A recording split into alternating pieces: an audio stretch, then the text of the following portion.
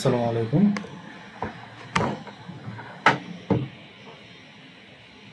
আজকে আমরা এক্সেলে regression analysis করা শিখব। আসলে রিগ্রেশনটা কি? রিগ্রেশনটা হচ্ছে একটা ভ্যালুর উপর আর একটা ভ্যালুর নির্ভরশীলতা বোঝায়, অর্থাৎ এক্স এর উপর ওয়াই এর নির্ভরশীলতা। আমরা যদি আরো স্পষ্টভাবে বলতে চাই তাহলে ডিপেন্ডেন্ট ভেরিয়েবলের উপর ইন্ডিপেন্ডেন্ট ভেরিয়েবলের নির্ভরশীলতা, অর্থাৎ ওয়াই এর উপর এক্স এর উপর ওয়াই এর নির্ভরশীলতা। এখানে y dependent variable and x independent variable। আর রিগ্রেশন অ্যানালাইসিসের ইকুয়েশনটা হচ্ছে y is equal to mx plus c। এখানে x এর সাথে যে অংশটা আছে এটা কোএফিসিয়েন্ট আর বাকি অংশটুকু বলা হয় ইন্টারসেপ্ট। রিগ্রেশন অ্যানালাইসিস পজিটিভ বা নেগেটিভ দুটোই হতে পারে। এখানে দেখা যাচ্ছে যে রেইনফল আর কোয়ান্টিটি সোল্ডের উপর সম্পর্ক। যদি রেইনফল বেশি হয় তাহলে কোয়ান্টিটি সোল্ড বেশি হয়, আমব্রেলার কোয়ান্টিটি সোল্ড বেশি হয়। এটা এখানে স্ক্যাটার ডায়াগ্রামে যে পজিটিভ রিলেশনটা আছে সেটা দেখানো হয়েছে। তো আজকে আমরা কীভাবে রিগ্রেশন লাইন ড্র করতে হয় সেটা শিখব। এজন্য আমরা প্রথমে এই অংশটুকু মুছে দেব। মুছে দেওয়ার জন্য আমাদের কন্ট্রোল প্লাস শিফট স্পেস দেন শিফট রাইট বাটনে ক্লিক করব, দেন কন্ট্রোল প্লাস মাইনাস। তাহলে আমাদের এই অংশটুকু মুছে গেছে। এখানে আমরা নতুন করে আবার রিগ্রেশন লাইন ড্র করব। এই জন্য প্রথমে ডাটাতে যাব। ডাটাতে যাওয়ার পর ডাটা অ্যানালাইসিস অপশনে যাব। তো ডাটা অ্যানালাইসিস অপশন আনার জন্য যদি আনা না থাকে তাহলে আমরা ফাইল থেকে মোর অপশন থেকে এই অপশনে যাওয়ার পর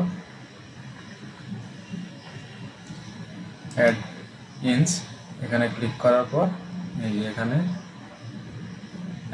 অ্যাক্টিভ অ্যাপ্লিকেশন অ্যাড ইনস, এখানে আমাদের অ্যানালাইসিস টুলপ্যাক বিবিএ এই দুটা আমার অলরেডি করা আছে। না করা থাকলে এই দুটা সিলেক্ট করে দিয়ে ওকে প্রেস করলে আমাদের ডাটা অ্যানালাইসিস অপশন এসে যাবে। তো আমরা ডাটা থেকে ডাটা অ্যানালাইসিস অপশনে ক্লিক করব।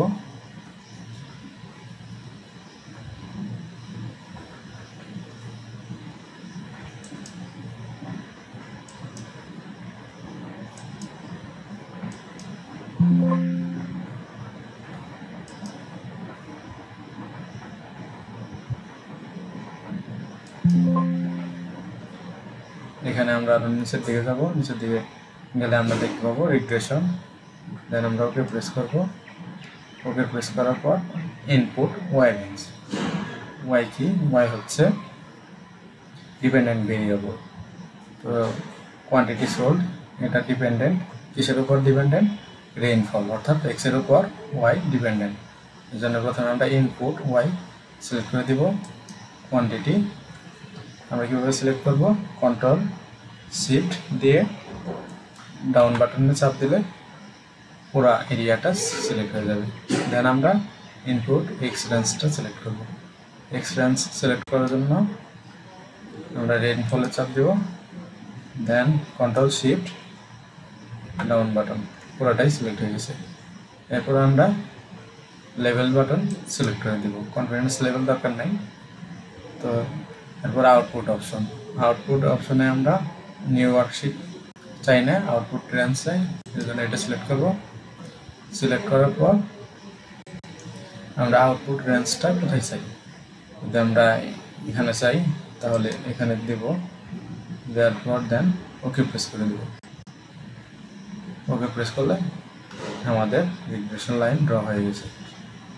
এখানে আমরা পূর্ববর্তী শীট থেকে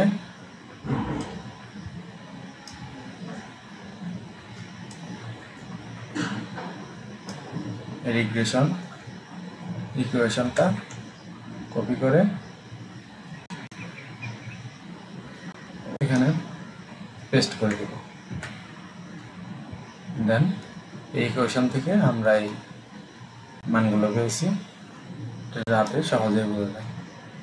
তো রিগ্রেশন অ্যানালাইসিসের আজকে এই পর্যন্তই ছিল। ধন্যবাদ সবাইকে।